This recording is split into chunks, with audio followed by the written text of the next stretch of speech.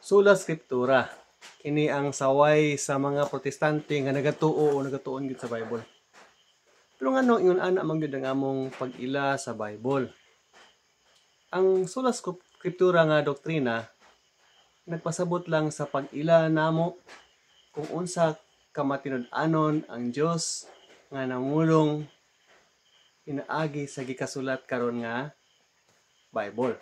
Now, ang pinakauna o primary nga weapon ni Satanas para nga ang tao malayo sa Dios mao ang paglingla pinagi sa paghatag sa tao og question kung tinuod ba ang pulong sa Dios. Kana bang maabot ka sa punto kung katong gipamulong sa Dios, gibuhian nga deklarasyon sa Dios, tinuod. Mao ni siya ang nahitabo sa pagkalaglag ni Adan ug ni Eva, no? Ato mabasa ni sa Genesis chapter 3 verse 1 ta magsugod, no? Karon ang bitin labawang malinglahon kay sa tanang ihalas nga mga mananap nga gibuhat sa Ginoong Dios.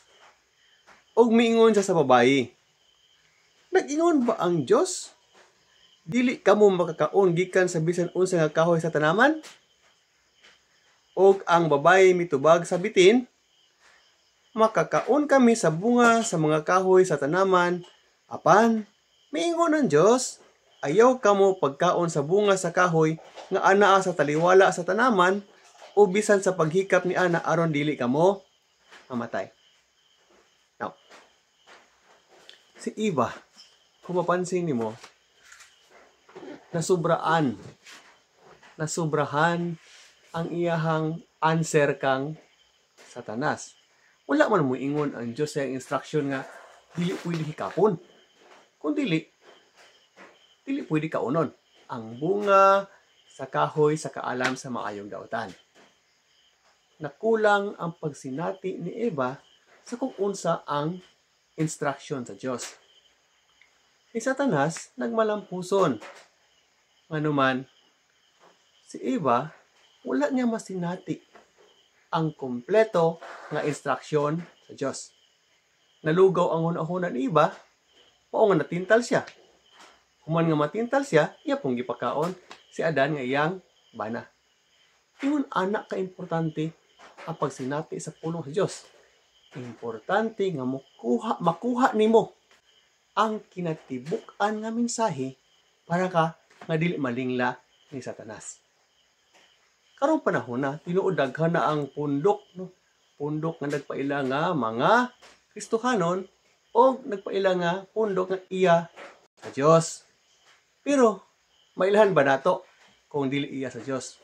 Of course, unang-una kung dili gani kinatibuk-an nga pulong sa Dios ang ginatudlo o ginapasabot, magduda na ka. Kaya mo man na siya ang primary nga teknik ni Satanas para nga ang tao malayo sa Diyos. Para malipat.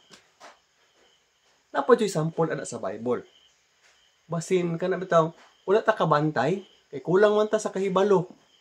Wala ta kabantay, ng atong gisunod.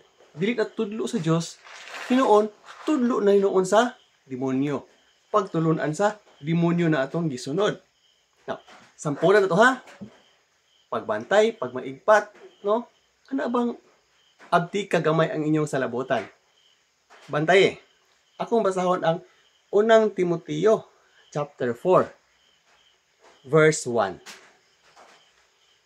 Ang Espiritu, tinaw nagpahayag nga sa ulahing mga panahon, adunay mamiya gikan sa pagtuo nga magtagad sa mga malimbungon nga espiritu o sa pagtulunan sa mga demonyo.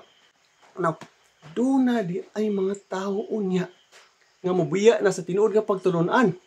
Unya ang sundon kadto ng pagtulunan sa demonyo.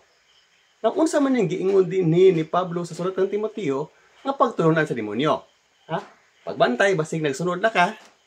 Verse 2. Pinaagi sa pagpakaaron ingnon sa mga bakakon nga ang kagalingon tanlag gipasuan sa nagbagang puthaw nga magdili sa pagminyo magdili sa mga pagkaon nga gibuhat sa Dios nga dawaton uban sa pagpasalamat sa mga magtutuo o nahibalo sa kamatuoran.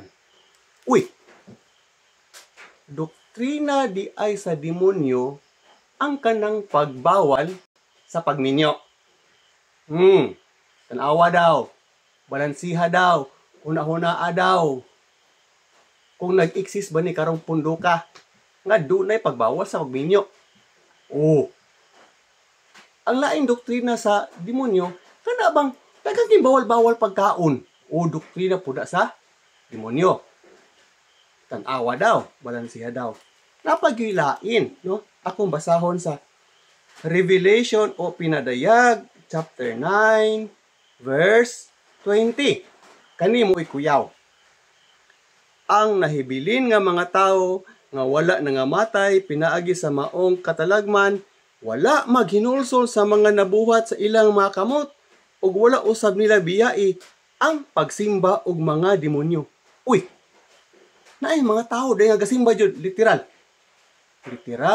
nga nagsimba og demonyo. Na unsa man ning pagsimba sa demonyo nga gisgutan? Wala usab nila biyai ang pagsimba og mga demonyo, og mga larawan nga bulawan og plata, og bronse, og bato, og kahoy nga dili makakita o makadungog o makalakaw o kakuyaw. Tanawan na imong ginalodhan diha, basig kahoy na, basig bato, basig puthaw. Basig wala ka kabalo nga kanang imong buhat, pagsimba na pod sa demonyo. So mailan hato di ay. No? Basta ang tudlo di na gani subay sa kinatibuk-an nga sugo sa Dios. Dili na iya sa Dios. Of course, iya na sa demonyo. Pagbawal sa pagminyo, iya po na sa demonyo. Pagbawal sa pagkaon, iya sa demonyo. O ang pagsimba nimo sa larawan, unsa man ang klase diha, matud pa sa sulat ni Juan sa basahon sa Pinadayag, chapter 9, verse 20, kini pagsimba pod sa demonyo. O lain na pod nga pagtuki, no?